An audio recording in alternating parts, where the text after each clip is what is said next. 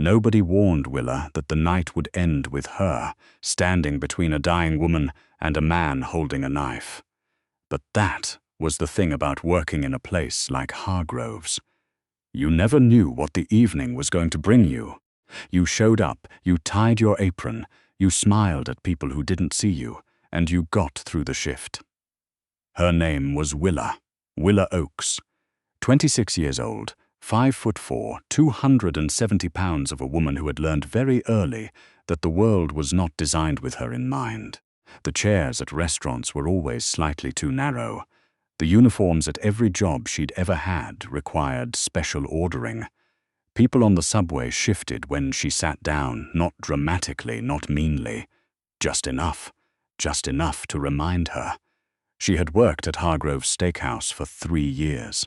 It was the kind of place where the menus had no prices, and the lighting was deliberately low so that men in expensive suits could conduct conversations they didn't want photographed. The kind of place where the servers wore all black and moved quietly and were expected to be invisible, except when needed. Willa was very good at being invisible. She was also very good at her job, which not everyone noticed, but the kitchen staff did, and the sommelier did, and Rosalind, the floor manager, did, and that was enough. Willa knew every table's water preference before they sat down. She noticed when a guest's wine glass was 2 sips from empty. She could read a table in 20 seconds flat. Who was celebrating? Who was arguing? Who was lying? Who was scared? 3 years of watching people when they thought no one was watching.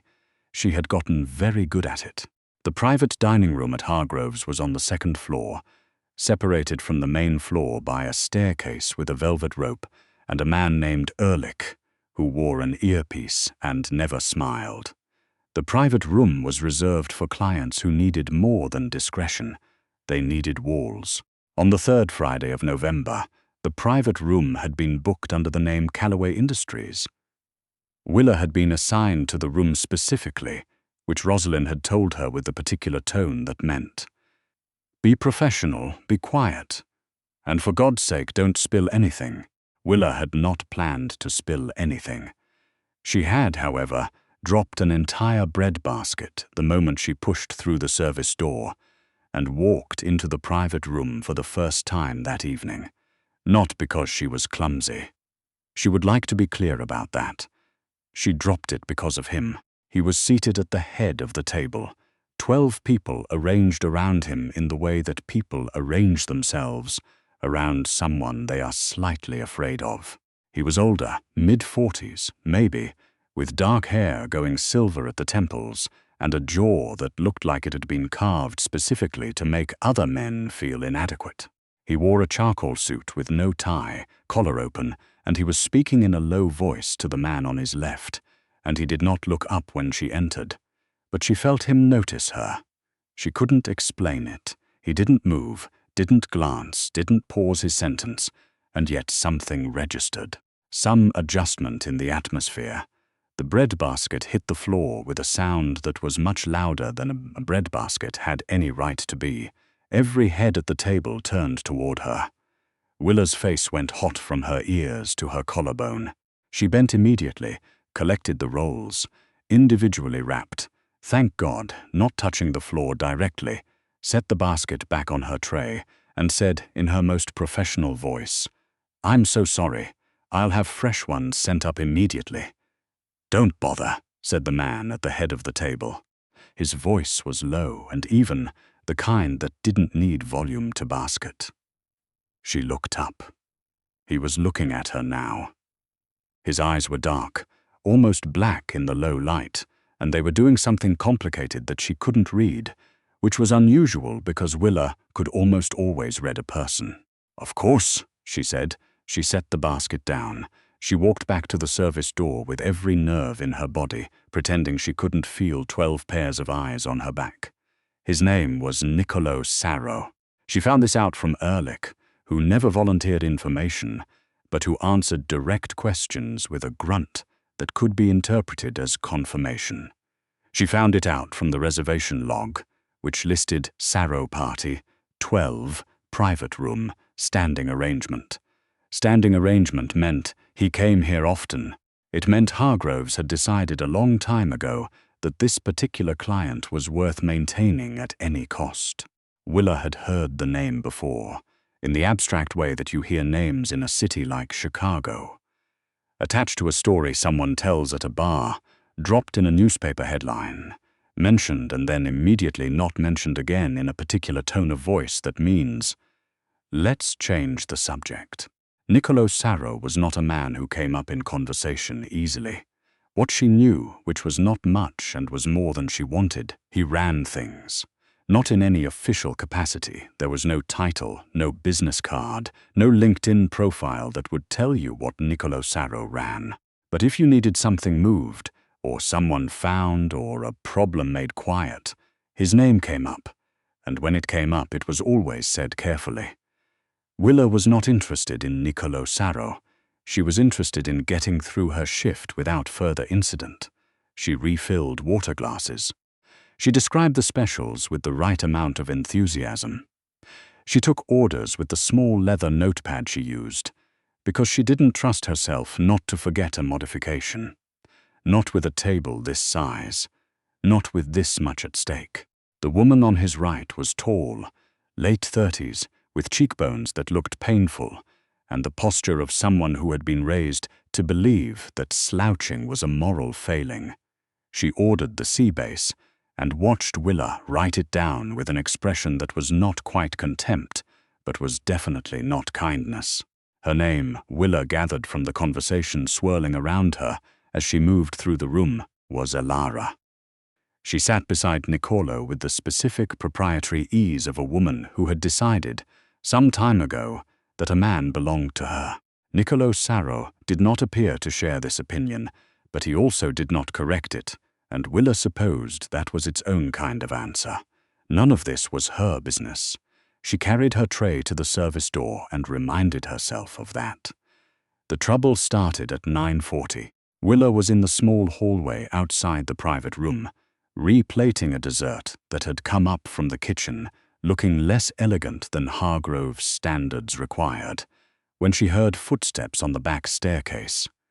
The narrow one, the one that connected the private room corridor to the storage level below. The footsteps were slow, uncertain. Willa set down the plate.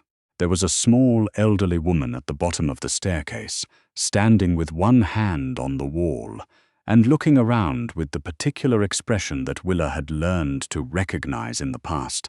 Not fear exactly, not confusion exactly, but something in between. The expression of someone who had set out to find something, and had arrived somewhere unexpected, and was now not entirely sure what they had been looking for. The woman was perhaps 75. She wore a cream-colored blouse and dark slacks and pearl earrings and shoes that were slightly too large for her feet, as if she had put on the first pair she found. Her white hair was pinned up neatly. She held, inexplicably, a small clutch bag in one hand. "Hi there," Willa said, very gently, the way her grandmother had taught her. Not loud, not sharp. Gentle, like you were approaching something fragile. The woman looked up. "I'm looking for the ladies' room," she said. Her voice was clear, educated. "My son said it was downstairs." "The ladies' room is actually up on this floor," Willa said. "Would you like me to show you?" The woman studied her for a moment, studied her with eyes that were sharp even if other things were not, and Willa held still under that gaze and waited. "You're one of the dinner girls," the woman said. "I am," Willa agreed. "I'm Willa. I'm Irene," the woman said, and then, a beat later with a slight frown, as if she were testing the information, "Irene Sarro." Willa kept her expression exactly where it was. "It's nice to meet you, Irene. Come on. I'll walk you."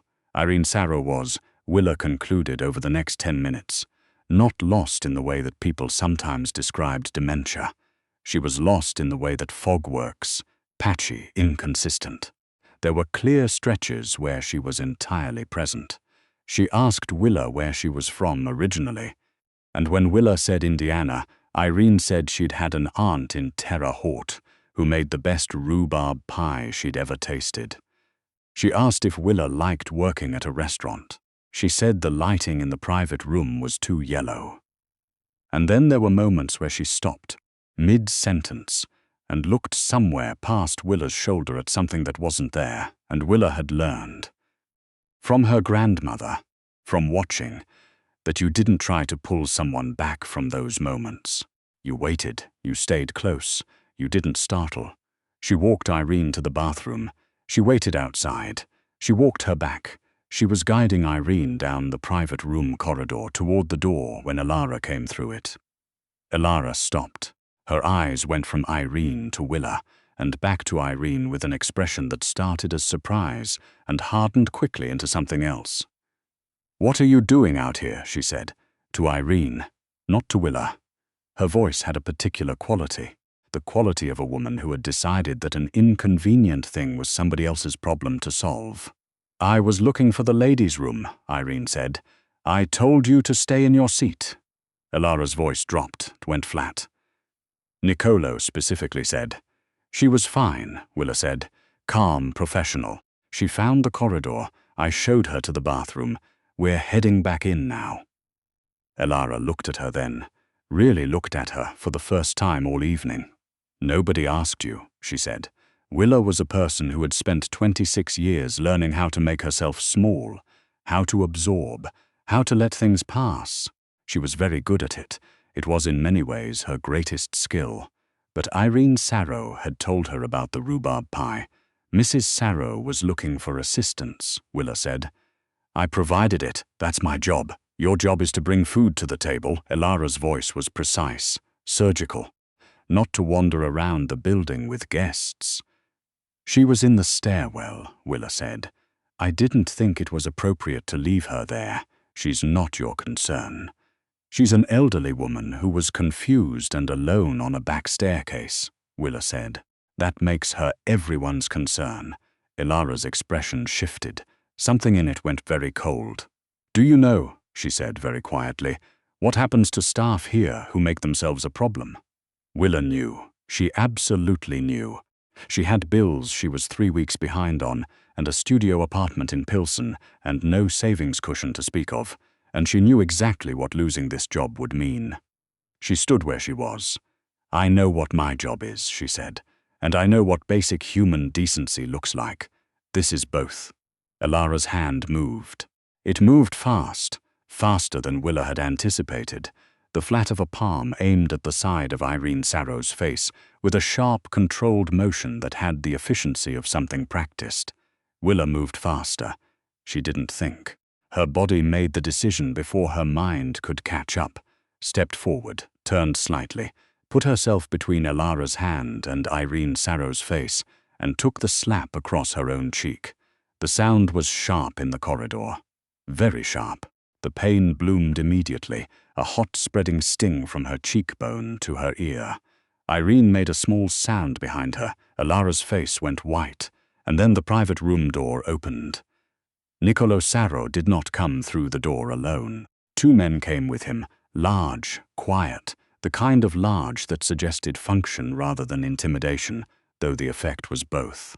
But Willa barely registered them because Nicolo Sarro had come through the door and had taken in the corridor in a single sweep of those dark eyes.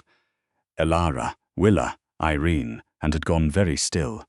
Not the stillness of confusion, the stillness of a man who had processed something quickly and completely and was now deciding what to do about it.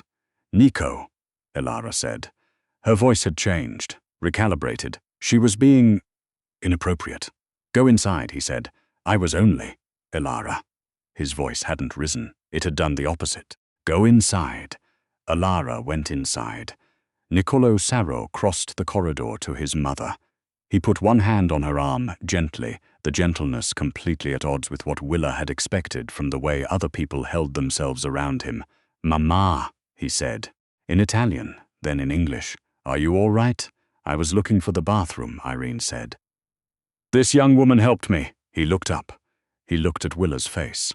His jaw was set, but his eyes were doing that complicated thing again, that thing she couldn't read, and she was standing there with her hand half raised toward her own cheek, and she forced it back down.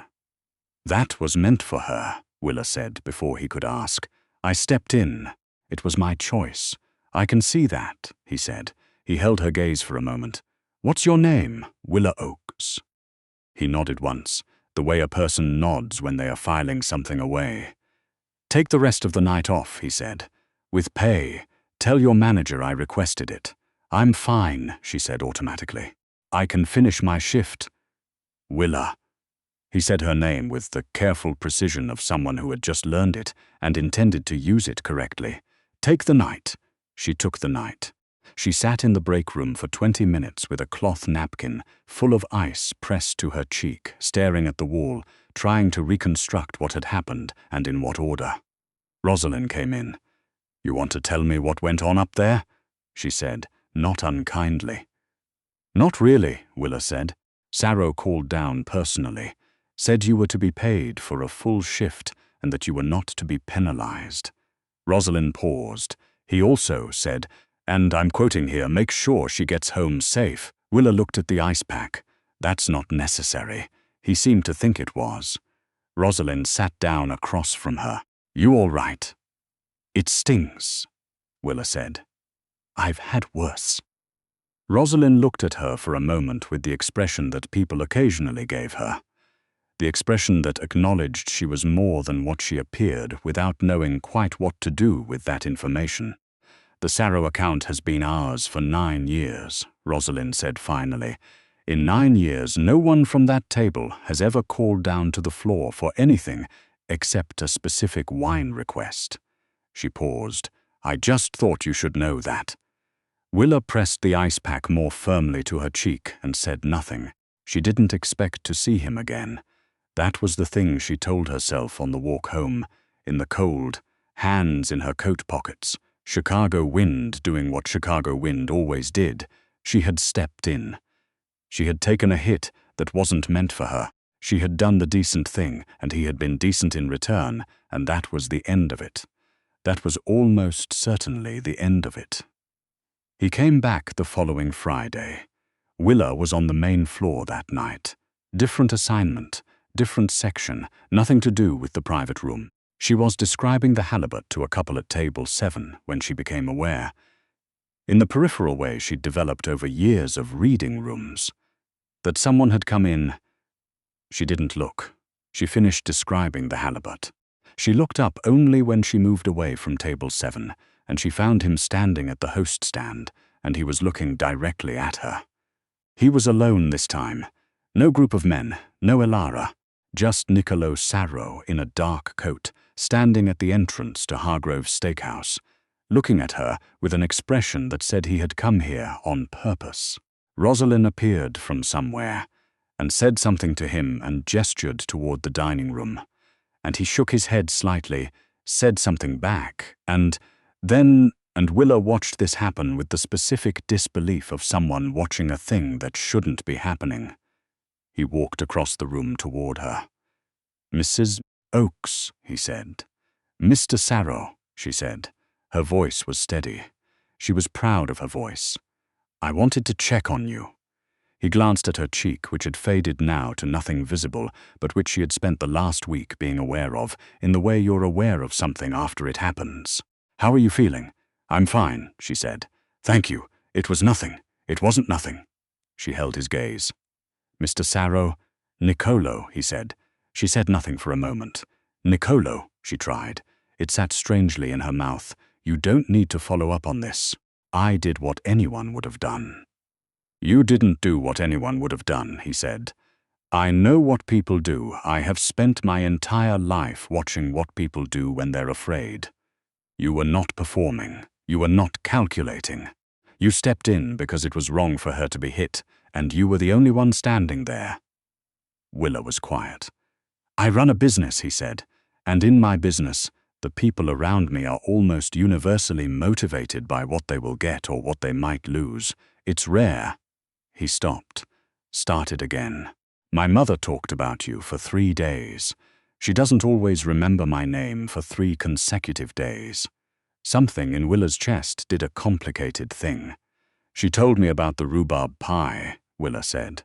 Something crossed his face then, a flicker there and gone, and she couldn't tell if it was pain or recognitions or something she didn't have a name for. Her aunt's recipe, he said. She hasn't mentioned that in years. They stood in the middle of the restaurant in silence for a moment that stretched and didn't break the way silences usually do. I would like, Niccolo Sarro said, finally, to take you to dinner. Willa blinked. I work at a restaurant, she said. Somewhere else, he said, and something in his voice shifted, just slightly, from the even careful register he'd maintained into something that was almost tentative. If you're willing, she thought about it. She thought about her studio apartment and her overdue bills and the 3 years she had spent, making herself invisible in rooms where people like him ate dinner. She thought about what it would mean to say yes. She thought about what it would mean to say no. She thought about Irene Sarro asking her if she liked working at a restaurant in the clear stretch between the fog. I get off at 11, she said. He nodded. I'll be here at 11, he said. She told herself it was dinner. It was only dinner. But here is the thing about Niccolo Sarro, which Willa would come to understand slowly over the weeks that followed, in the careful way that you come to understand something that is larger than you expected and requires a different kind of looking. He listened, not in the way that powerful men sometimes performed listening, the nodding, the strategic questions, the eyes that were already moving to the next thing while you were still finishing your sentence. He listened the way her grandmother had listened, with his full attention pointed at her like something physical, like weather. He asked about Indiana. He asked about how she had ended up in Chicago. He asked about the job, and she braced herself for the thing people sometimes said, surely you want something better. Surely you're working towards something else. Surely this is temporary. But he didn't say any of those things. He asked what she liked about it. She told him, haltingly, about reading rooms, about knowing from the angle of someone's shoulders whether they were celebrating or grieving, about the particular satisfaction of a table that left clean and content and not remembering your name, because that meant you had done the job right. He said, you've been watching people the way I watch people. She said, I imagine for very different reasons. He considered this. Maybe not so different, he said. Survival looks similar from certain angles. They ate, they talked. Outside the restaurant's windows, Chicago moved in its loud, indifferent way, cabs and wind, and the particular blue-black dark of a November night. She asked him about his mother, and he was quiet for a moment before he answered. She was the one who built things, he said. My father died when I was 11. She worked 3 jobs. She made sure I had what I had. And then I built other things, and for a while she was proud of what I built. And now she sometimes doesn't know where she is, and I am spending every resource I have trying to slow something that cannot be slowed. He said it without self-pity, which was the most devastating version of it. She knows you, Willa said. Some days. On the day I met her, she knew you. She talked about you the whole time. She was just. Willa searched for the right word. She was navigating. He looked at her across the table. That's exactly what it is, he said. That's exactly the right word. She did not tell anyone at Hargrove's about dinner. She did not tell her friend Kate, who lived 1 floor above her and would have had a very enthusiastic and well-meaning set of opinions. She did not tell her sister in Indianapolis, who would have been worried for reasons that Willa was already aware of and was choosing to think about later. She just went. The second time, he took her to a small Italian place in Wicker Park that had no sign outside and 8 tables and a proprietor who called him by his first name and looked at Willa with an expression of careful warmth that she later recognized as the specific expression of someone who has been waiting to see who he would bring here. The third time, it rained, and they walked anyway, and he held the umbrella and they talked until she was so tired that the sentences started blurring into each other, and she said so, and he laughed. A real laugh, sudden and brief, as if it had surprised him, and said, "Come on, I'll get you home." She was not naive. She was not blind. She knew what he was in the broad strokes. She knew the shape of the thing she was walking toward. And she asked him about it on the fourth dinner, because she was not the kind of person who asked small questions when the large ones were sitting right there. "Tell me what you actually do," she said. He was quiet for a moment. "What have you heard?" "Enough to know that Callaway Industries is not a real company." He set down his fork. "Do you want me to tell you it's not as bad as it sounds?" he said. "No," she said. "I want you to tell me the truth." And he did. Not everything. She understood that there was not a version of this where he told her everything. Not yet, maybe not ever, but enough. Enough to confirm what she had understood in that peripheral way from the moment she walked into that private room with a bread basket and felt him register her without looking up. He was not a good man. He had done things that could not be undone. He moved in a world that operated by rules she did not fully know and would not be able to change. And he looked at her when she spoke. She told herself she was not naive. She was also, she thought, 26 years old, and nobody had ever looked at her the way he did. And she had spent enough years making herself small that she had nearly convinced herself she didn't mind. She was deciding she minded. The thing with Alara was not finished, which Willa had understood but not fully calculated. She understood it more fully on a Tuesday evening in December when she was leaving Hargrove's through the staff entrance and found two men she didn't know standing at the bottom of the alley steps with the particular stillness of people who had been waiting for her specifically. They did not touch her. They told her politely to deliver a message to Niccolò Sarro. The message was that there were people who considered his current direction to be an error in judgment, that the error could be corrected, that the woman he had been spending time with would be wise to encourage him to correct it. Willa looked at both men. "I'm a waitress," she said, which was only the smallest slice of the truth, but was also accurate. "We know what you are," the taller man said. She climbed back up the steps and went inside and found Rosalind and said, very calmly, that there were two men in the alley, and she thought Rosalind should know. She called Niccolò from the break room. He answered on the second ring. She told him what had happened, because she was not going to be the kind of person who absorbed something like this and pretended it hadn't occurred. There was a silence on the other end of the phone that was different from his other silences, colder, more deliberate. "Are you inside?" he said. "Yes, stay inside. Another beat. I'm coming, you don't have to, Willa." His voice was very even. "I'm coming."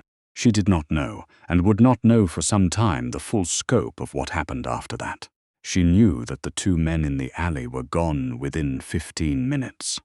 She knew that Niccolò arrived with the same two quiet, large men she had seen at the private dinner, and that he came upstairs and into the break room and looked at her for a long moment and then said, in a voice that was completely controlled, "Did they touch you?" "No," she said. Something released in his jaw. "This is what I meant," she said, "when I asked you to tell me the truth. I know. This is the part where you tell me it was an isolated incident," she said, "and that it won't happen again." He sat down across from her. He did not tell her it was an isolated incident. "This is what my world looks like," he said. "I can keep you safer than tonight. I can't make it nothing." She thought about that. "What happened with Alara?" she said. "Alara made choices," he said. "Alara has no further access to my business or my family. Your mother. My mother is with people I trust. She's well." Willa nodded slowly. "I'm not going to pretend," she said, "that I know how to do this, because I've never done anything like this. I wait tables and I pay my rent late, and the biggest risk I've taken in the last 3 years was ordering the special without asking what it was first." He almost smiled. "I know what you are," he said, echoing the man from the alley without meaning to, and she saw the moment he realized it and watched something shift in his face. "I mean, I see what you are. I've been watching people for 25 years. You are the clearest person I have ever been in a room with." The break room was very quiet. Willa Oakes, who had spent 26 years learning to be invisible, sat across from a man who ran criminal networks and frightened powerful people, in a staff break room that smelled like coffee and industrial cleaner, and thought about her grandmother and Indiana and the particular loneliness of always knowing how to read a room and never being sure that anyone was reading you back. "I want to meet your mother again," she said. He was quiet. "Properly," she said, "when she's having a clear day. I want to ask her for the rhubarb pie recipe." Something happened in Niccolò Saro's face that she didn't have a name for. It moved through him quickly, whatever it was, and when it settled he looked younger. Substantially younger. Like something he'd been holding up for a very long time had been briefly set down. "She'll want to tell you about Terre Haute," he said. "I know," Willa said. "I'm from Indiana. I have time." She gathered her coat from the hook. She wrapped it around herself. She picked up her bag. "I'm going home," she said. "Are those men still in the alley?" "No," he said. "Good." She stood. "I'll see you Friday." He stood too. He was much taller than her, which she had noted before and was noting again, and he was looking at her with the full attention thing that she had, against all sensible judgment, begun to look forward to.